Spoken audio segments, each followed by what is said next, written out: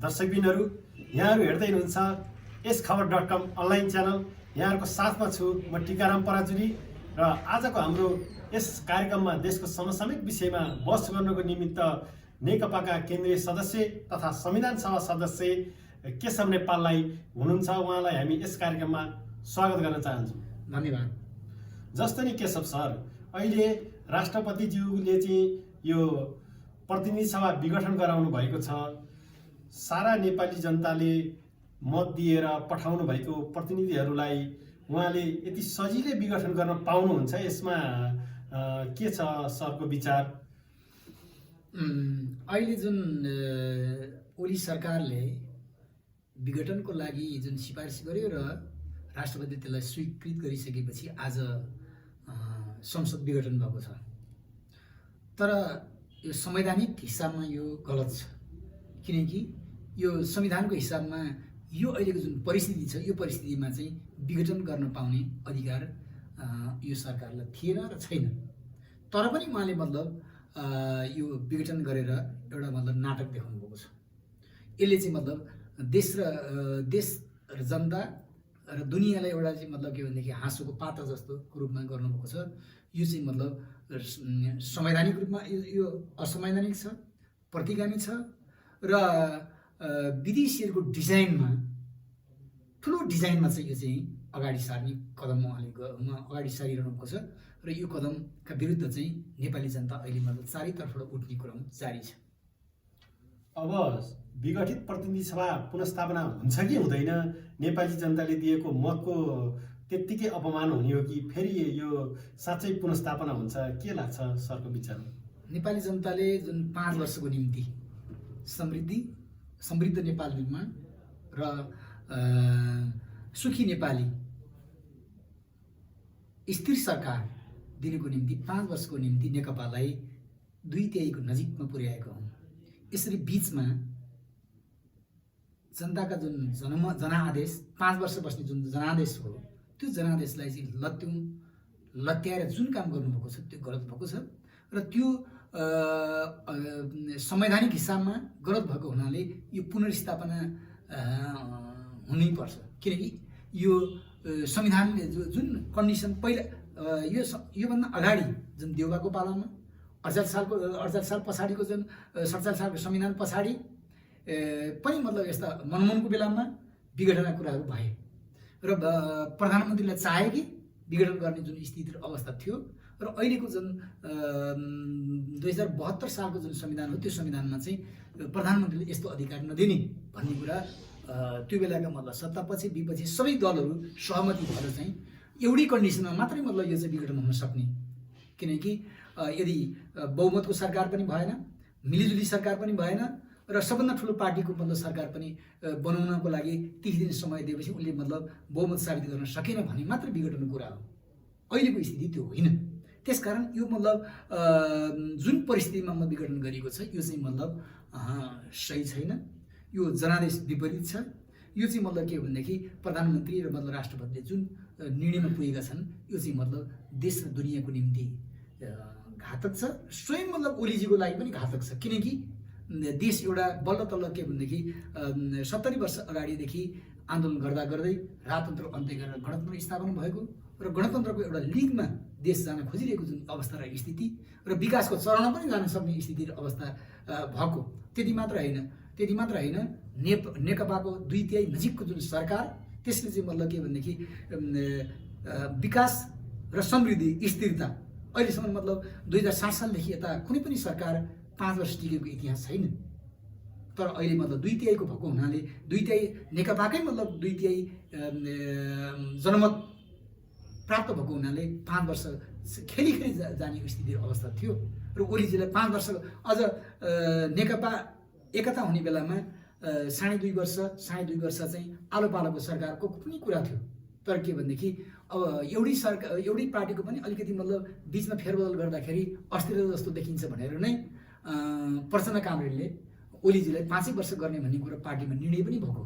तर त्यसलाई चाहिँ लत्याएर अहिले मतलब उहाँले मतलब जुन हरकत देखाउनु भएको छ यसले चाहिँ मतलब देश दुनियाँ मैले सुरुमै भने हाँसिरहेका छन् र यतापट्टि जुन जनादेश दिने नेपाली जनताहरू चाहिँ बेखुस छन्, किनकि देश एउटा अन्धकार प्रतिगामी एउटा खाडलतिर जकडिने स्थितिमा भएको छ र यसले चाहिँ मतलब देशलाई एउटा नराम्रो एउटा मतलब अन्धकार तिर चाहिँ मतलब धकेलिदिएको स्थितिमा जनताहरू बेखुस छन् र यो स्थितिमा चाहिँ अब यसलाई चाहिँ फेर्ने बदल्ने र यसको चाहिँ पुनर्स्थापना गरेर फेरि जाने कुराको लागि आन्दोलित छन्। नेकपालाई 2/3 बहुमत नफापेको पनि विश्लेषकहरूले भन्ने गरेका छन् कि यो साँच्चै हो त?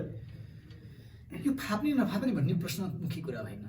मुख्य कुरा चाहिँ के हो भनेदेखि नेकपाले जुन 70 वर्ष यतादेखि नेपाल कम्युनिस्टको विभिन्न आन्दोलन, शास्त्र सङ्घर्ष, जनसङ्घर्ष, जनआन्दोलन लगायतका आन्दोलनहरूमा चाहिँ राष्ट्रियता, जनतन्त्र लगायतका विषयमा चाहिँ ठिक विचार, सोच, कार्यक्रमहरू गर्दै आएको र त्याग तपस्या बलिदान गरेको कारणले गर्दाखेरि अहिले चाहिँ नेकपालाई 2/3 दिँदाखेरि चाहिँ देश स्थिरतामा जान्छ, समृद्धिमा जान सक्छ भन्ने सोच विचार भएको। र त्यति मात्र होइन कि यो मतलब गणतन्त्र, धर्मनिरपेक्षता, सङ्घीयता, समानुपातिक समावेशी जस्ता कुराका प्रणेताहरू चाहिँ मतलब के भनेदेखि प्रचण्ड जस्ता लगायतका त्यहाँ नेतृत्व पङ्क्तिमा भएको हुनाले यो चाहिँ मतलब देशलाई चाहिँ अगाडि लान सकिन्छ भन्ने सोच अनुसार चाहिँ जनताले मतलब म्यान्डेट दिएका हुन् 5 वर्षको निम्ति। तर के भने दुर्भाग्य कुरा यो हो कि अब त्यो 3 वर्ष नपुग्दै होइन, नपुग्दै चाहिँ मतलब यसलाई चाहिँ विघटन गरेर नेपाली जनताको जनादेशमाथि चाहिँ एउटा विश्वासघात। मूल कारण चाहिँ के होला? यो संसद विघटन हुनुको विभिन्न कारणहरू त होला, तर पनि यसको मूल कारण, मुख्य जड चाहिँ के हो संसद विघटन हुनुको जस्तो लाग्छ सर? अब एउटा त अब चाहिँ यो जुन ओलीजी एउटा सरकारको पनि नेतृत्व गरिरहेको प्रधानमन्त्री, पार्टीको पनि अध्यक्ष हुनुहुन्थ्यो र उहाँले जुन एउटा सरकार बनाएदेखि नै उहाँले चाहिँ के गर्न थाल्नुभयो भनेदेखि न पार्टीको नीति मान्ने, न मतलब के भनेदेखि यो चुनावी घोषणापत्र, विधान, नियमावली लगायतका जुन पार्टीका छन् त्यो मान्ने कुरा भएन।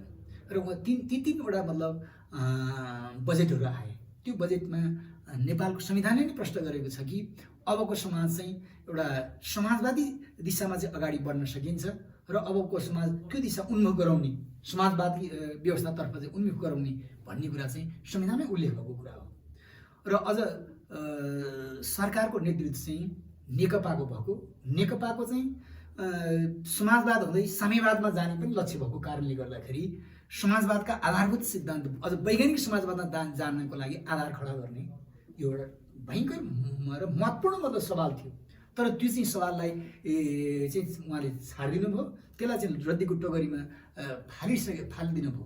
किनकि चुनावी घोषणा पत्रमा हामीले 10 वर्षमा, 20 वर्षमा, 15 वर्षमा, 5 वर्षमा गर्ने कार्यक्रमहरूको मतलब फेरिस्तीहरू त्यहाँ गरेका थियौँ। शिक्षा, स्वास्थ्य, रोजगारी लगायतका जुन विभिन्न पक्ष, रोजगारी लगायतका विभिन्न पक्षहरू थिए, ती मौलिक अधिकारका ग्यारेन्टीका प्रश्नहरू थिए, ती चिजहरूलाई चाहिँ हामीले मतलब घोषणापत्रमा प्रस्तुत गरेका थियौँ। ती घोषणापत्रमा चाहिँ एड्रेस गर्ने कुरा कहिले भएन र उहाँलाई जे मुन्न आयो त्यो कुरा चाहिँ मतलब के बजेटहरूमा आउने। ती चिज चाहिँ के भने पहिला पञ्चायत कालमा जस्ता कुरा हुन्थे, त्यसपछि मतलब संसदीय राजतन्त्रात्मक संसदीय व्यवस्थामा जे कुरा हुन्थे र योभन्दा अगाडि जे कुरा हुन्थे त्योभन्दा नयाँ नौलो प्रकारका कुराहरूलाई उहाँले मतलब जोड गर्नु भएन र जनताका तात्कालीन जुन विषयहरू छन् ती चिजहरूलाई एड्रेस गर्ने काम भएन। त्यो भइसकेपछि अब र उहाँले चाहिँ त्यो निर्णयहरू नमान्ने क्रम जारी थियो र उहाँले चाहिँ त्यहाँ 2टा अध्यक्षहरू हुनुहुन्थ्यो, प्रचण्ड र मतलब ओलीजी। र ओलीजीले जहिले पनि मतलब एउटा फायर खोलिरहनुहुन्थ्यो। उहाँले मतलब अरू धम्काएर हुन्छ कि जसरी हुन्छ उहाँ मतलब अगाडि बढ्ने कुराहरू गरिरहनुहुन्थ्यो। र पछिल्लो चरणमा चाहिँ फायरको पहिले त्यो फायर प्रचण्ड माधव नेपालहरूले पहिले त्यो फायर खोलेको भए, केपी ओलीले पहिले अङ्कुश लगाएको भए यो अवस्था आउन सक्दैन थियो कि के होला जस्तो लाग्छ सर? त्यो प्रश्न पनि अब आम जनताले भन्ने गर्छन्। तर के भने 2टा पार्टी एक भएको, 2टा पार्टी पूर्व माओवादी केन्द्र र नेकपा एमाले बिचमा चाहिँ पार्टी एकता भएको हो। 2टैको अध्यक्ष सहमतिको आधारमा बढ्दै अगाडि जाने र विधान, प्रतिवेदन, नियमावली अनुसार पनि जाने, संगठनात्मक काम पनि पुरा गर्ने भन्ने कुराहरू त्यहाँ छलफल बहस भएको हुनाले सुरुमा चाहिँ उहाँले मतलब धम्काउने, त्यसपछि मतलब ह्युमिलेसन गर्ने कुरा त निरन्तर गर्दै आउनुभएको थियो। पार्टीको विधान अनुसार केपी ओलीले नमानिसकेपछि त पार्टीको विधान बमोजिम त कारबाही गर्न सकिन्थ्यो होला नि, पार्टीको विधान कार्यान्वयन गर्न पार्टीले अङ्कुश लाउन त सक्थ्यो होला नि। होइन, त्यो चाहिँ मतलब अब के हुन्छ भनेदेखि सुरुमै त्यसरी मतलब नजाउँ भन्ने कुरा नै माधवजी र प्रचण्डजीहरूको सोचाइ त्यो रह्यो। अब तर अन्तिममा चाहिँ उहाँले खेल्दै खेल्दै आइसकेपछि चाहिँ उहाँले मतलब यस्तो वितन्नता भनेको अर्थ जनताको जनादेशलाई चाहिँ मतलब कुल्चिएर चाहिँ मतलब उहाँले विघटन गर्नुभएको। सुरु अब जुन फायद उहाँले सुरुदेखि खोल्दै आउनुभएको थियो र उहाँको चाहिँ अब त्यसको निम्ति चाहिँ प्रचण्ड र मतलब माधव नेपाल लगायतको पक्षले चाहिँ अलिकति कुरा गर्दाखेरि पार्टी एकता भङ्ग हुन्छ कि भन्ने एउटा डर त्रास जस्तो पैदा गर्ने, त्यही डर त्रासको आडमा उहाँले चाहिँ मतलब आफ्ना मतलब कुराहरू चाहिँ गर्दै जाने कुरा गर्नुभयो। त्यतिखेर पनि उहाँहरूले सोचेकै हो, तर त्यसमा चाहिँ कारबाही गरेर मात्रै समस्या समाधान तत्काल हुँदैन। सहमति अनुसार उहाँलाई सच्याउने, उहाँ चाहिँ सचिन्छु। हामी केन्द्रीय समितिको पनि बैठक बस्यौँ। बैठक बस्दाखेरि सुरुदेखि उहाँ चाहिँ पार्टीको कुरा होइन, सरकारले चाहिँ पार्टी चलाउन थाल्नुभयो। यो चाहिँ उल्टो कुरा हो। यही विवाद रहिरह्यो, सरकारले पार्टी चलाउने कि पार्टीले सरकार चलाउने। हो, निश्चय नै के भन्छ पार्टीको सिद्धान्तमा कम्युनिस्ट पार्टीको मात्रै कुरा होइन, यो चाहिँ के भने बुर्जुहरूको पनि जुन पार्टीले विजयी हुन्छ त्यो पार्टीले चाहिँ मतलब नेता चुन्छ र कार्यक्रम नीति योजनाहरू जुन एउटा उसमा निर्वाचनको क्रममा घोषणापत्रहरू तयार गरिन्छ, त्यो पार्टीले गरेको घोषणा पत्रको आधारमै चाहिँ त्यो सरकार चल्छ। अब त्यसमाथि पनि हाम्रो त मतलब नेपाल कम्युनिस्ट पार्टी र त्यसको मतलब नेतृत्व भनेपछि पार्टीका नीति योजना कार्यक्रम र अहिले पनि चुनावी घोषणापत्रहरू जे थिए ती छन् र त्यति मात्र होइन, विधान त्यसपछि त्यसका नियमावली लगायतका कुराहरू पनि छन्। ती सबै चिजलाई चाहिँ रद्दीको टोकरीमा छाडेर उहाँले मतलब आफ्नो ढङ्गले अगाडि बढ्ने कुरा भयो। त्यो भइसकेपछि अब भ्रष्टाचारको कुरा पनि मोलाउन थाले। त्यसपछि मतलब अब आफ्ना गुट विशेष गरी भन्ने भनेदेखि गुटको स्वार्थ, सत्ता लिप्सा र मुख्य कुरा जसरी पनि यो पार्टी एकता गर्नुको उहाँको उद्देश्य चाहिँ आफू 5 वर्ष सरकारमा बस्ने, पार्टीमा बस्ने। के सब सर यो कोदो र तोरी नमिलेकै हो त? होइन, यो चाहिँ त यो दुईटै पार्टीको आवश्यकता अलिक एकता भएको हो। किनकि त्यो बेलामा स्थानीय निर्वाचनले के देखाएको थियो भनेदेखि नेकपा एमाले त्यतिखेर सबभन्दा ठुलो दल हुन सक्ने, तर सरकारमा चाहिँ के भने अरू दल हुन सक्ने स्थिति र अवस्था थियो। अनि त्यो भइसकेपछि नेकपा माओवादी केन्द्र र एमाले मिलिसकेपछि चाहिँ त्यहाँ चाहिँ मतलब ठुलो पार्टी हुने र एउटैले मतलब बन्न सकिन्छ भने क्यालकुलेसन भइसकेपछि यो एकता भएको। त्यो चाहिँ मतलब एमालेको त्यतिखेर एमालेका केपी ओलीको निम्ति पनि त्यो आवश्यकता थियो, किनकि सरकारमा जानु थियो। र यतापट्टि नेकपा माओवादीहरूको पनि त्योभन्दा बढी सिटहरू आफूलाई लिनको लागि चाहिँ उनी एकता गरेर जान सकिन्छ भन्ने सोच पनि थियो। त्यति मात्र होइन, जब नेकपा माओवादी केन्द्रको यो हेटौँडा महाधिवेशनले अहिलेको जुन एउटा देशको जुन समाज छ त्यो समाज चाहिँ पुँजीवादी समाजमा गयो र पुँजीवादी समाजमा जाने क्रममा चाहिँ र अहिलेको परिस्थितिमा चाहिँ गणतन्त्रका मतलब कयौँ मतलब चिजहरू चाहिँ प्राप्त भइसकेको स्थिति र अब चाहिँ अबको क्रान्तिको दिशा भनेको चाहिँ नयाँ जनवादी क्रान्तिका बाँकी कार्यभार पुरा गर्ने र समाजवादी क्रान्ति पुरा गर्ने, विद्रोहद्वारा समाजवादी क्रान्ति पुरा गर्ने भन्ने दृष्टिकोण त्यहाँ आयो। उता नेकपा एमाले चाहिँ 9 महाधिवेशनद्वारा चाहिँ यो चाहिँ समाजवादी क्रान्ति गर्ने भन्ने कुराहरू पनि उसले ल्याएको हुनाले समाजवादी क्रान्तिमा जाने कुराको बाटो मात्रै अन्तर, तर दिशा चाहिँ एक ठाउँ भयो। त्यसकारण पार्टी एकता भएको। अर्को चाहिँ सैद्धान्तिक कारण पनि त्यो पनि छ त्यहाँ, होइन? तर विवादहरू त छन्, शान्तिपूर्ण तरिकाले मात्र जाने कि विद्रोहद्वारा जाने भन्ने त प्रश्नहरू छलफल बहसहरू छन्। किनकि जस्तो अब संसद पुनर्स्थापना होला अथवा अदालतले के गर्ला जस्तो लाग्छ? अहिले सारा नेपाली जनता अदालतप्रति आश गरिरहेका छन्। सम्मानित सर्वोच्च अदालतले संविधानको रक्षा गर्छ वा सरकारको रक्षा गर्छ, के लाग्छ? अब मलाई त लाग्ने कुरा त के हो भनेदेखि अहिलेको जुन हाम्रो जुन संविधान छ त्यो संविधानले जुन व्याख्या गरेको छ जुन अवस्थामा मात्रै मतलब विघटन गर्न सकिन्छ भन्ने त्यो अवस्था र स्थिति यो होइन। त्यसकारण अदालतले चाहिँ यो जुन संविधानको मूल मर्म भावना अनुसार चाहिँ संसद पुनर्स्थापना हुनुपर्छ। तर ओलीजीले चाहिँ विभिन्न मतलब उसलाई चाहिँ सेटिङमा लैजाने र मतलब आफ्नो यो प्रतिगामी जुन कलम छ र यो देशी विदेशी प्रतिक्रियावादी प्रतिगामी पुनर्वादी अथवा राजावादीहरू समेत सँगको मतलब ग्रान्ड डिजाइनमा जुन कुरा उहाँले गर्नुभएको छ त्यसले चाहिँ मतलब यो प्रतिगमनलाई नि निरन्तरता दिने उहाँ कोसिस गरिरहनु भएको छ। नेपाली जनता चाहिँ के भनेदेखि यो संविधानको जुन मूल मर्म र भावना अनुसार यो चाहिँ अहिले मतलब संविधान के अरे यो संसद जीवितै छ।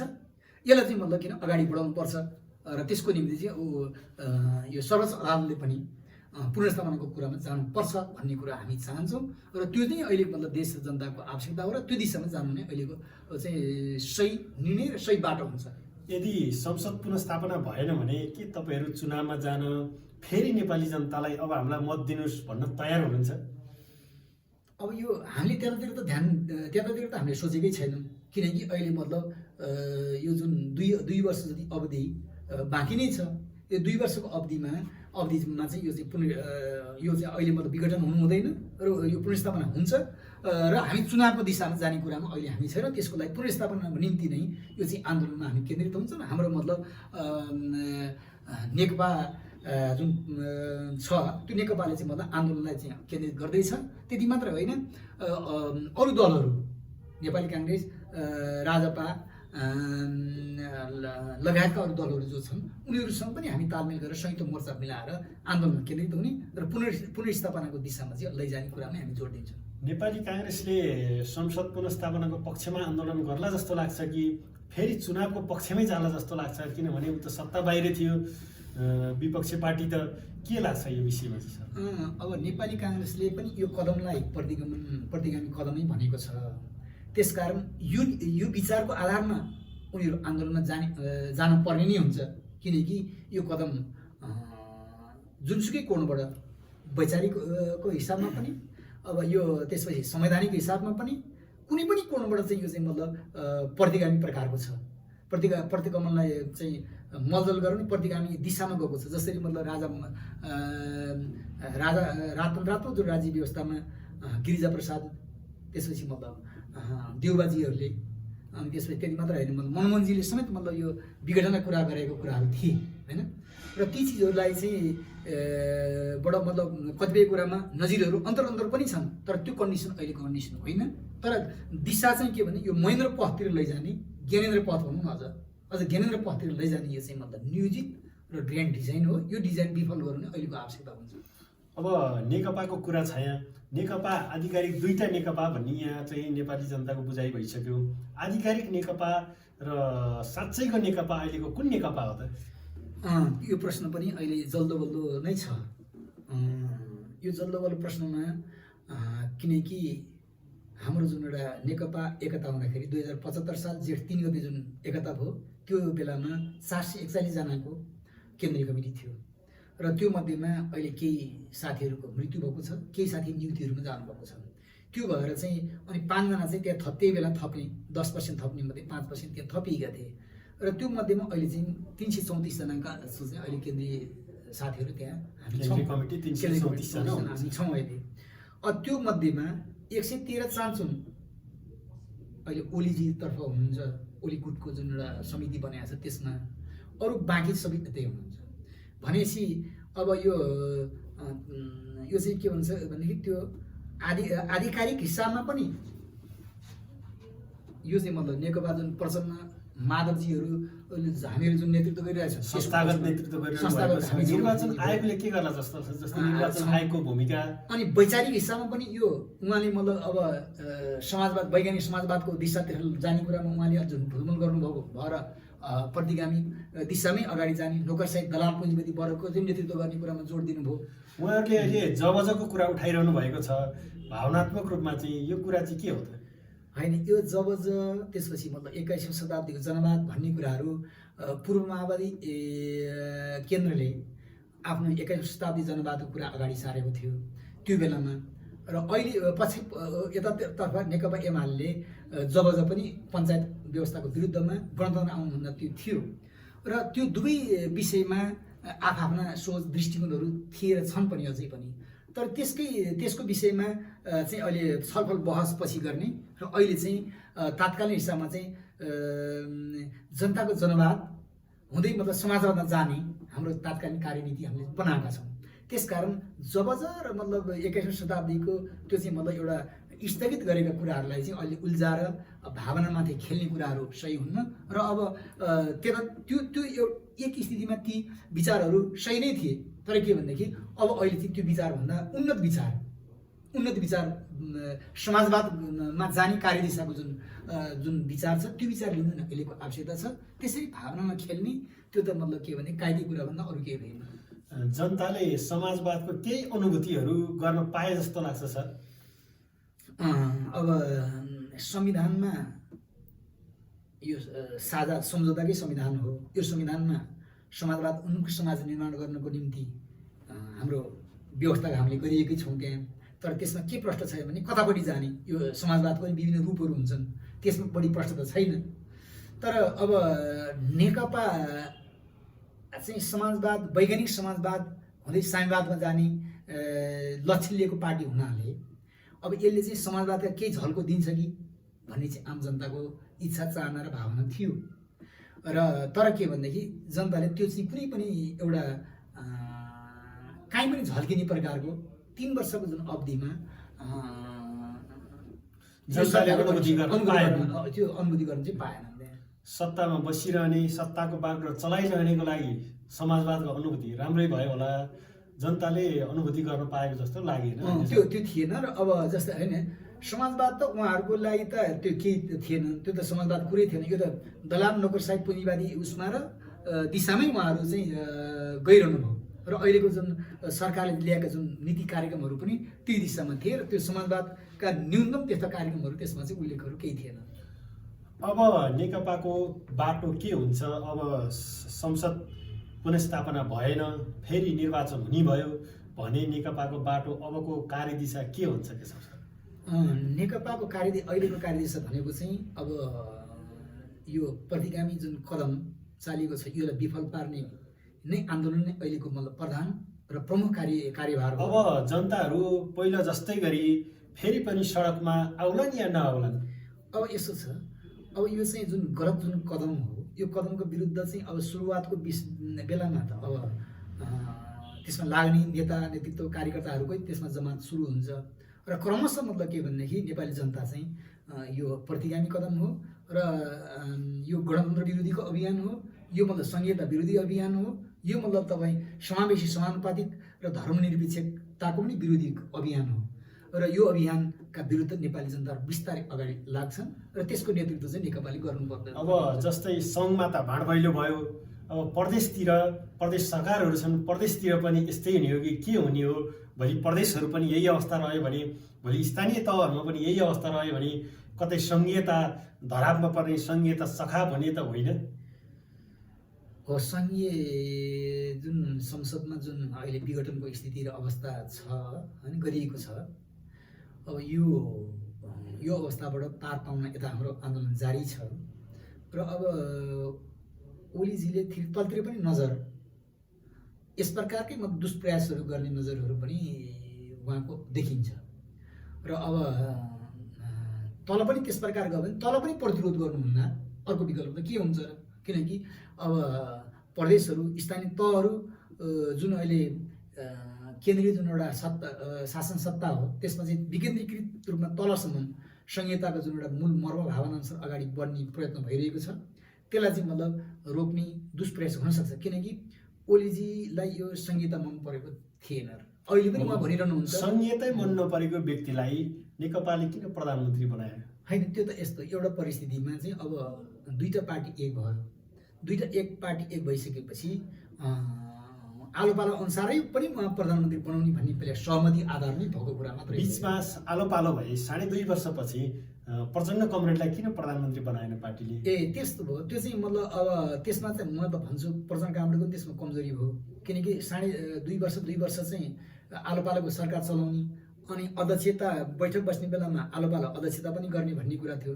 त्यो कुरामा उहाँले छाड्नुभयो र त्यो चाहिँ ठिक भएन भन्ने चाहिँ मेरो एनालाइसिस छ।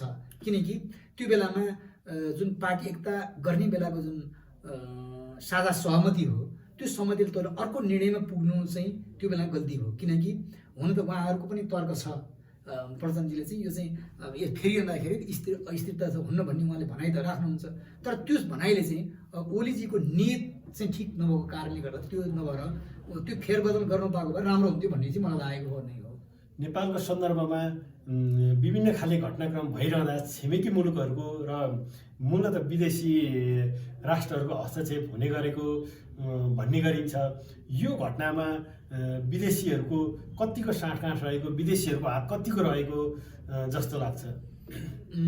यो चाहिँ मुख्य कुरा चाहिँ निर्णायक कुरा त यहाँभित्रकै हो, तर पनि अब छिमेकी देशका र अरू देशका मान्छेहरूलाई यो नेकपाको सरकार बनेकोमा उनीहरू चित्त बुझेकै थिएन। उनीहरू मतलब त्यसमा तपाईँ बेचैन थिए र यसलाई कसरी फुटाउने, कसरी कमजोर बनाउने, कसरी लथालिङ्ग पार्ने भन्ने नै कुरा थियो। अब देशी विदेशी तत्त्वहरू र त्यसका विभिन्न खुबिएका पनि त्यसमा मतलब कोसिस उनीहरूको जारी थियो। अब एकातर्फ मतलब आन्तरिक जुन निर्णायक कुरा आन्तरिक नै हुन्छ भन्ने कुरा मैले अघि पनि सुरु भने र त्यो छलफल यतातिर हुने र त्यो यतापट्टि चाहिँ मतलब छलफल बहस अन्तर्विरोध चल्ने, त्यो अन्तर्विरोधतिर खेलेर विदेशी प्रतिक्रियावादीहरू साम्राज्यवादीहरू पनि त्यसमा खेले, तर त्यो चाहिँ खेल्ने कुरा चाहिँ मुख्य कुरा थिएन। खेल्न त उनीले जहिले पनि चाहन्थे, तर यहाँ चाहिँ आन्तरिक रूपमा चाहिँ यहाँ चाहिँ व्यवस्थापन गरेर यहाँका अन्तर्विरोधहरू, यहाँका मतलब कमी कमजोरीले हल गरेर जानुपर्ने जरुरी हुन्थ्यो र त्यो अन्तर्विरोधमा खेलेर चाहिँ पार्टी फुट र विभाजन गर्ने जुन पहिलेदेखि चाहिँ देशी विदेशी शक्तिहरूको सोच दृष्टिकोण थियो, त्यसलाई चाहिँ मतलब यहाँको अन्तर्विरोधमा चाहिँ खेल्दै त्यो गर्न चाहिँ ओलीजीको जुन एउटा महत्त्वाकांक्षा र के अरे जुन सत्ता स्वार्थको जुन सोच थियो त्यसमा टेकेर म एउटा क्वेसन गर्न चाहन्छु। जस्तै उहाँको महत्त्वाकांक्षा स्वार्थ थियो भने बिचमा पार्टीले किन रोक्न सकेन? पार्टीको अरू नेताहरूको भूमिका, किनभने सरकार त गडबड भइसकेपछि त्यसलाई नियन्त्रण त कम्युनिस्ट पार्टीले गर्नुपर्थ्यो, त्यो नियन्त्रण किन हुन सकेन? त्यही बेला नियन्त्रण भइदिएको भए त अहिले यो स्थिति आउँदैन थियो होला नि। हो, तपाईँको कुरामा सत्यता छ, किनकि त्यो नियन्त्रण गर्नको लागि हामीले बार बैठकहरू चाहन्थ्यौँ। बल्ल बल्ल बैठक पहिले सकेसम्म त बैठक नबस्ने, उहाँ अध्यक्ष हुनुहुन्छ त्यहाँ सहमतिको आधारमा चाहिँ बैठक बस्ने भन्ने हुन्छ, सकेसम्म बैठक नबस्ने, बैठक बस्यो निर्णय गर्न नदिने, निर्णय गऱ्यो कार्यान्वयन गर्न नदिने।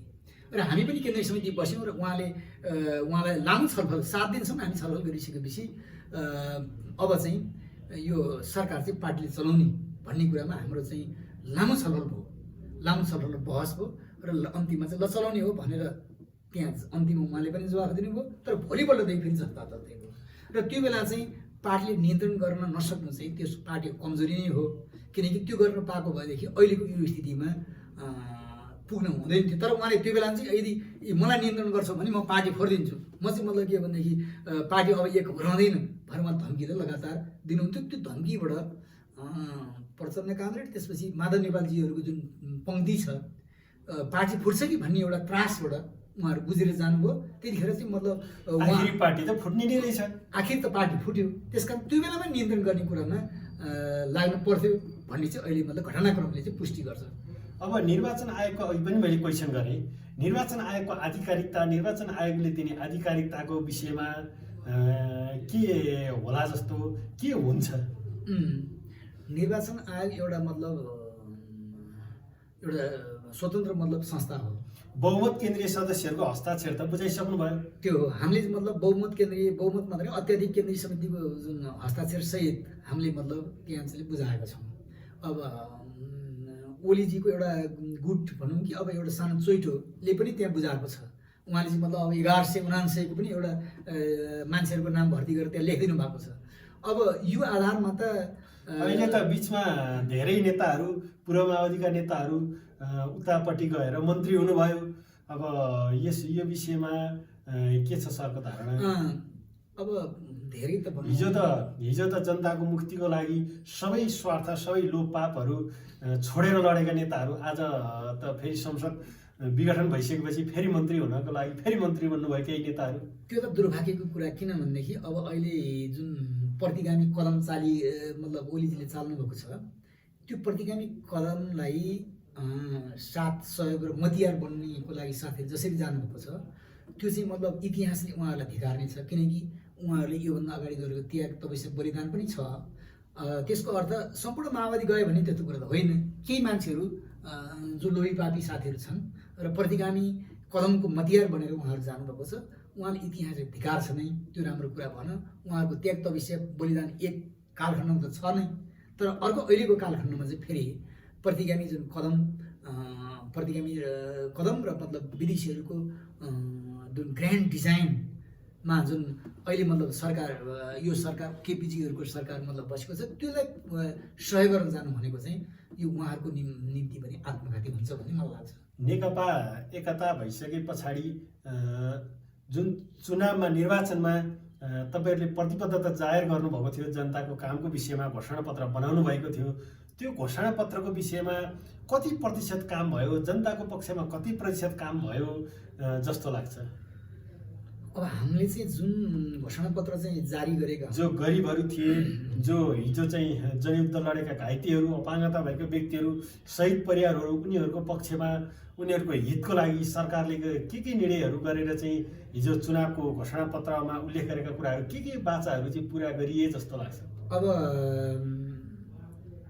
जुन निर्वाचनमा जुन घोषणापत्र हामीले चाहिँ सार्वजनिक गरेका हौँ, त्यो सार्वजनिक गरेको जुन चिजहरू थिए ती चिजहरू लागू गर्नुतिर त यो सरकार त्यति जाँदै गएन नि त। त्यस कारण चाहिँ उहाँहरूका लागू गराउन पार्टीको भूमिका चाहिँ अलिक प्रभावकारी हुन नसकेको हो कि सुरुदेखि नै त्यो भूमिका निर्वाह गर्नुपर्ने थियो। तर सुरुदेखि नै त्यो चाहिँ मतलब पार्टी चाहिँ मतलब व्यवहारिक जस्तो बन्ने, अनि त्यसपछि मतलब सरकार मात्रै चल्ने र सरकारले चाहिँ पार्टी चलाउने। जस्तै कुकुरले पुच्छर हल्लाउने होइन कि पुच्छरले कुकुर हल्लाउने जुन तरिका यो अप्नायो, त्यसले गर्दाखेरि नै किनकि नेकपा एमालेको पहिला सरकार थियो नि 8 महिना 9 महिने सरकारमा के हुन्थ्यो, पार्टीले मतलब योजना कार्यक्रम दिन्थ्यो, त्यसपछि सरकारले त्यो निर्णय गर्थ्यो, अनि त्यसपछि आम कार्यकर्ताहरूले त्यो निर्णयलाई चाहिँ मतलब आम जनताका माझ पुर्याउँथे। अनि त्यसपछि के हुन्थ्यो भनेदेखि राम्रा कुराहरू चाहिँ प्रचार गरेर जान्थे, नराम्रो कुरालाई फिर्ता लिने चलाउनु हुन्थ्यो। अहिले त राम्रा होस् कि नराम्रो होस्, अब अहिले त के पर्यो भनेदेखि नेकपा भनेको ओलीजी भने नेकपा भने जस्तो भयो, अरू चाहिँ भने तटस्थ। किनकि तपाईँ यत्रो मतलब 8.5 लाख मतलब कार्यकर्ताहरू छन्, तिनलाई परिचालन गर्ने कुरा आएन। अब जस्तै यो कोरोनाको अहिले चाहिँ मतलब देशमा मतलब विश्वभरि कोरोनाको यत्रो बिबिडी छ, त्यो कोरोनाको कुरामा चाहिँ सारा मतलब दलहरू आफ्ना कार्यकर्ता सहितलाई चाहिँ मतलब लिएर परिचालन गर्ने कुरामा हामीले जोड दिन खोज्यौँ, तर त्यो मान्नै मान्दैन हो। यो कोरोना महामारीले गर्दा देशको अर्थतन्त्र थिलो भएको बेलामा अब यो बेलामा देशको अर्बौं ढुकुटी खर्च गरेर जनताले त 5 वर्षको लागि मत दिएका थिए, फेरि जनताको मत अपमान गरेर बिचैमा फेरि जनतासँग मत माग्न जान कतिको उचित होला, कतिको राम्रो होला? यही त दुर्भाग्य कुरा हो। यो कुरा गर्ने कुरै होइन, यो मेल खाने कुरा पनि होइन, यो गर्नुपर्ने जरुरी पनि थिएन। नेपाली जनताले चाहेका होइन। नेपाली जनताको मूल मर्म र भावना जुनको जनादेश दिएका थिए 5 वर्षको निम्ति नेकपालाई चाहिँ मतलब जनादेश दिइसकेपछि देश अलि भने समृद्ध हुन्छ, स्थिर हुन्छ, अनि अगाडि बढ्छ। अनि मतलब जनताले मतलब घाँस बाँस कपास भनौँ न, शिक्षा स्वास्थ्य रोजगारी र मौलिक अधिकारका अहिले मतलब जुन संविधानमा पनि मौलिक अधिकारका कुराहरू पनि ग्यारेन्टी गरिएका छन्, ती चिजहरूलाई चाहिँ मतलब व्यवहारमा लागू हुन्छ। अहिले मतलब ऐन नियम कानुनहरू त केही बनेका छन् नि त, तर ती बने पनि मतलब व्यवहारमा लागू गर्ने कुरामा यहाँ भएन होइन। किनकि अहिले त मतलब ऐन नियम कानुन नभएका बनाउने केही बनाएको पनि छ, त्यसलाई चाहिँ मतलब किन व्यवहारमा लागू गर्ने कुरा नै मुख्य कुरा हो। त्यसकारण यो मुख्य कुरातिर नगएर अन्ततिर विषयान्तर गर्ने जुन काम हो, यसले गर्दाखेरि चाहिँ मैले त्यसै कारण त भनेको यो चाहिँ मतलब धोका नेपाली जनताको निम्ति चाहिँ धोका भएको छ। त्यसकारण नेपाली जनताको जुन माइन्डेट दिएको हो त्यो माइन्डेटसम्म चाहिँ सरकार चलाउन पर्ने हुन्छ, सरकार बनाउनु पनि सकिन्छ। किनकि अब यो चाहिँ पुनर्स्थापना भएपछि सरकार बनाएर फेरि मतलब जनताका अभिमतद्वारा अगाडि बढ्न हामी कोसिस गर्नुपर्छ भन्ने नै मलाई लाग्छ। अब अलिकता फरक प्रसङ्गतिर जाउँ केशव सर। अब तपाईँहरूको केन्द्रीय समितिको बैठक, पार्टीको केन्द्रीय समितिको बैठक भर्खरै सम्पन्न भएको छ। त्यो केन्द्रीय समितिको बैठकमा के विषयमा छलफल भए, के विषयवस्तुहरूमा अलि गरम रूपले बहस भए र त्यो केन्द्रीय समितिले लिएको बाटो, अबको बाटो एउटा बाटो त निर्धारण गर्यो होला पक्कै केन्द्रीय समितिले, त्यो केन्द्रीय समितिले लिएको बाटो के हो जनतालाई भन्न मिल्ने जति प्रष्ट रूपमा भनिदिनुहोस्। निश्चय नै अहिले मतलब नेकपाको केन्द्रीय समितिको बैठक सम्पन्न भएको छ र त्यसले अहिलेको मूलभूत प्रश्न भनेको चाहिँ यो ओली सरकारले जुन संसद विघटन गरेको छ त्यो विघटन गरेको काम प्रतिगामी कदम हो र त्यो प्रतिगामी पश्चगामी दिशामा देश लैजाने एउटा हरकत हो। त्यसकारण यसलाई चाहिँ कुनै हालमा पनि फिर्ताउनु पर्ने जरुरी हुन्छ र जनतालाई मतलब के भनेदेखि आश्वस्त पारेर अगाडि जानुपर्ने हुन्छ। त्यसको निम्ति चाहिँ आन्दोलनमा केन्द्रित हुने, एकातर्फ आन्दोलन र सङ्घर्ष, सङ्घर्ष र सङ्गठन।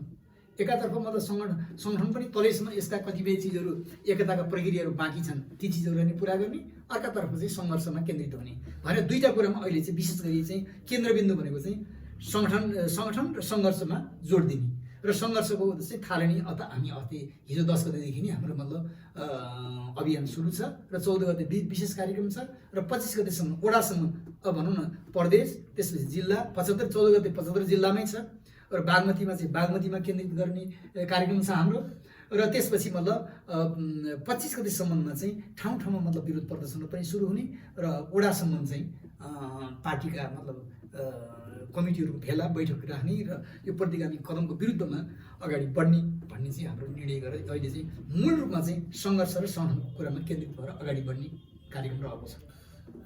फेरि संसद पुनर्स्थापना भयो भने सरकार कसरी बन्ला? अब त त्यो चाहिँ अब फेरि त्यसमा छलफल बहस हुन्छ। सबभन्दा पहिला त यो प्रतिगामी कदमलाई असफल बनाउने र त्यसपछि मतलब देशलाई चाहिँ एउटा फेरि पहिलाको लिगमा लैजाने अनि त्यसपछि मतलब यही सदनभित्रमा, किनकि सदनमा त छलफल बहस गरेर चाहिँ अब छलफल बहस गर्ने, त्यसपछि मतलब सरकार बनाउने कुरामा जोड हुन्छ र त्यो दिशामै देशलाई चाहिँ ल्याउनुपर्छ। त्यसले मात्रै पुनर्स्थापना पछाडि नै देशलाई एउटा निकासतर्फ लैजान सकिन्छ भन्ने चाहिँ मलाई लाग्छ। त्यो भएन, संसद पुनर्स्थापना भएन र संसद विघटनकै सदर भयो, त्यही गतिमा देश गयो भने अबको देशको स्थिति, अबको राजनीतिक पार्टीहरूको स्थिति के होला, कसरी अगाडि बढ्ला? अब पुनर्स्थापना अब हामीले त मतलब त्यो पुनर्स्थापना हुँदैन भन्ने कुरातिर छैन। यदि भएन भने अब यदि त्यो अब प्रतिगामीहरूको मतलब साँठगाँठ र देशी विदेशीहरूको ग्रान्ड डिजाइनमा चाहिँ देशलाई चाहिँ मतलब प्रतिगामी खाडलतिर जाकिरहने जुन कुरा स्थिति पनि आउन सक्दैन भन्ने कुरा चाहिँ होइन, आउन नै सक्छ। तर त्यो स्थिति भयो भनेदेखि त्यसको चाहिँ सामना गर्दै अगाडि लैजाने, किनकि यसमा प्रतिगामी कदम चाल्नेहरू चाहिँ राजा महेन्द्रले पनि त्यस्ता प्रतिगामी कदमहरू चाले, राजा मतलब के भने ज्ञानेन्द्रले त्यस्ता प्रतिगामी कदम चाले, अब देवबाजीले पनि फेरि मतलब त्यस प्रकारको कदम चाल्नु भयो। देश अगाडि जाने कि पछाडि? अब देश चाहिँ त्यति अब यो स्थितिमा देश चाहिँ मतलब अग्रगामी दिशा, स्थिरता, शान्ति, त्यसपछि मतलब जनताले न्याय, त्यसपछि मतलब घाँसबास कपास भनेको मतलब शिक्षा, स्वास्थ्य, रोजगारी जस्ता कुराहरूमा चाहिँ त्यो चाहिँ झन्झन जटिल, झन्झन अहिले भनौँ न कोरोनाकै मतलब स्थितिले पनि देशको मतलब जुन अर्थतन्त्र हो, अर्थतन्त्र एउटा डामाडोल र गम्भीर स्थितिमा पुगेको छ। यो स्थिति पुगेको हुनाले त्यस्तो स्थितिमा झन्झन डामाडोल स्थिति एउटा चाहिँ अन्धकार खाडलतिर देश चाहिँ मतलब अन्धकारको दिशातिर चाहिँ अगाडि बढ्छ। त्यसकारण त्यो अन्धकार दिशातिर होइन, अब उज्यालो दिशातिर लैजानेको निम्ति हामी त चाहन्छौँ कि मतलब यो व्यवस्थाभन्दा उन्नत राम्रो व्यवस्था हुनसक्छ। हामीले त्यसरी त हाम्रो संविधानले मतलब कल्पना गरेको छ देश समाज चाहिँ समाजवादी मतलब समाजतिर उन्मुख हुनुपर्छ, त्यो दिशामा लानुपर्छ भन्ने कुरा। समाजवादी दिशातर्फ उन्मुख हुने त अहिले पनि तपाईँहरूले भन्नुभएको छ। यो व्यवस्थामा जनताले प्रत्यक्ष अनुभूति गर्न पाउने, जुन गाउँघरका सर्वसाधारण ग्रामीण भेगका जनताले प्रत्यक्ष गणतन्त्रको अनुभूति गर्न पाए कि पाएनन् र जनताको मूल कुरो जनताको जीवनमा के परिवर्तन भयो र अब जनताले दलहरूप्रति कस्तो आशा गर्ने र जनताको अपेक्षा कस्तो भनेर त्यो दलहरूले पुरा गर्न सक्ने कि नसक्ने के जस्तो लाग्छ सरलाई? मुख्य कुरा त यसो हो, अब परिवर्तन त राजनीतिक ढङ्गले ठुलो परिवर्तन भयो, किनकि राजतन्त्रात्मक राज्य व्यवस्थामा यस्तो पुरानो 40 वर्षभन्दा पुरानो राजतन्त्रात्मक राज्य व्यवस्थाको अन्त्य भयो, राजनीतिक परिवर्तन त भयो, आर्थिक सामाजिक रूपान्तरण त हुन सक्छ। अब मुख्य कुरा चाहिँ कहाँनिर समस्या कहाँनिर भनेदेखि जनताका निम्नतम प्रश्नहरूमा, जनजीवनका आधारभूत कुराहरूमा चाहिँ परिवर्तन भएको छैन र अब यो परिवर्तन कहिले हुने हो त सर? अब यो परिवर्तन चाहिँ अब यही दिशामा हामीलाई त यही दिशामा परिवर्तनको सुरुवात गर्ने भनेर हामीलाई नेपाली जनताले जनादेश पनि दिएका हुन्। तर यही तात्कालीन जनताका मतलब जनताका जनजीविका प्रश्नहरूमा चाहिँ अहिले हामीले एड्रेस गर्नु नसकेको अवस्था र स्थिति हो। र अब यो चाहिँ के भनेदेखि जुन सोचाइद्वारा हाम्रो नेतृत्व सरकार नेतृत्व गरियो र त्यसपछि गर्ने काम भयो, त्यसपछि मतलब बजेट आए, त्यसले चाहिँ त्यसरी मतलब के भनेदेखि जुन हाम्रो लक्ष्य उद्देश्य जनभावना जनताको मतलब भावना र हाम्रो मतलब घोषणापत्र मा उल्लेख गरिएको कुराहरू हामीले जनता सामा जस्तो 5 वर्षभित्र लाने कुरा भनौँ न, 10 वर्षको प्लान 5 वर्ष नपुग्दै फेरि जनताका मत माग्नु अनि फेरि मतलब 5 वर्ष नपुग्दै मतलब विघटन गर्ने भएपछि त अनि नेपाली जनताले त के भने धिक्कार्न सुविधा त अरू केही हुन्। त्यसकारण यसलाई चाहिँ बदल्ने फेर्ने कुरामै हाम्रो जोड हुनुपर्छ र यही दिशामा जानु नै अहिलेको आवश्यकता हो भन्ने मलाई लाग्छ। अब अदालतले के गर्ला जस्तो लाग्छ, किनभने जनताले त आश गरिरहेका छन् यो विषयमा चाहिँ मैले त अघि पनि भने मैले त अघि पनि बताएँ कि अब सर्वोच्च अदालतले अब जुन अहिलेको जुन सरकारले चाहिँ जुन संविधानको मूल मर्म र भावना विपरीत जुन कदम चालेको छ त्यो कदमका विरुद्ध चाहिँ यो विरुद्ध जानुपर्ने हुन्छ र त्यसको निम्ति चाहिँ सर्वोच्च अदालतले चाहिँ पुनर्स्थापना गर्नुको उसको विकल्प छैन। शेरबहादुर देउवाको जस्तो पालामा संसद विघटन त्यही नै हुने हो कि मोहनमोहनको जस्तो पालामा हुने हो, के हुने हो, अबको के होला जस्तो बढी सम्भावना हामी चाहिँ संविधानको हिसाबमा यो मतलब अब मनमोहनजी जस्तैको कुरा हो, किनभने त्यो बेला फिर्ता हुने कुरै हुन्छ। अब संविधानभन्दा विपरीत त्यसपछि मतलब देशी विदेशीहरूको ग्रान्ड डिजाइन अनुसारको नियम कानुन सबै कुरा चाहिँ मतलब पाखा लगाइदिने कुरामा जोड गर्ने हो भनेदेखि त अझै पनि हुन्छ भन्न सकिन्छ। कार्यपालिका र न्यायपालिकाको क्षेत्राधिकारलाई लिएर त्यो विवाद हुने हो कि न्यायपालिकाले गरेको निर्णय कार्यपालिकाले नमान्ने स्थिति हुने हो कि हुँदैन हुने हो, त्यो स्थिति पनि होला नि, त्यो के होला? होइन, यो चाहिँ अब आफ्नो क्षेत्र हो, कार्यपालिकाको आफ्नो क्षेत्र छ, न्यायपालिकाको आफ्नो क्षेत्र छ। त्यो क्षेत्र अनुसार चाहिँ अब यो संविधानको व्याख्या गर्ने जिम्मेवारी, अन्तिम व्याख्या गर्ने जिम्मेवारी अब सर्वोच्च अदालतलाई छ। त्यसकारण त्यो व्याख्या गर्न जुन त्यो भावनालाई नमर्ने गरी व्याख्या गर्ने हो भनेदेखि यो त पुनर्स्थापना स्वत हुन्छ, यसमा कुनै फरक छैन। अन्त्यमा केशव सर, यो यसखबर.com अनलाइन च्यानल हेरेर बसिरहनुभएका सम्पूर्ण श्रोता दर्शक र यो नेपाली जनतालाई तपाईँको केही कुरा, केही विचार, अन्तमा केही भन्नु छ? अब मुख्य कुरा त अहिलेको जुन एउटा गम्भीर जटिल र सङ्गीन जुन घडी छ, देशको जुन परिस्थिति एउटा जटिल स्थितिमा हामी आइरहेका छौँ, यो स्थितिमा नेपाली जनता एक ढिका भएर फेरि पनि प्रतिगामी जुन कदम छ यसलाई विफल पार्ने र मतलब फेरि देशलाई चाहिँ मतलब एउटा लिगमा, नयाँ लिगमा, पुरा लिगमा चाहिँ लैजाने। जनताले देशलाई नयाँ लिगमा लानको निमित्त त पटक पटक सङ्घर्ष त गरे, फेरि जनताले कति सङ्घर्ष गर्ने होला? हो, निश्चय नै के भनेदेखि नेपाली जनताले 70 वर्षभन्दा अगाडिदेखि निरन्तर मतलब सङ्घर्षमा छन्। त्यही निरन्तर सङ्घर्ष त्यो वैधानिक, अवैधानिक, सशस्त्र जनआन्दोलन के अरे शान्तिपूर्ण प्रकारको आन्दोलन गरे। त्यही आन्दोलनको परिणाम नै राजतन्त्रको अन्त्य र गणतन्त्र स्थापना भएको हो।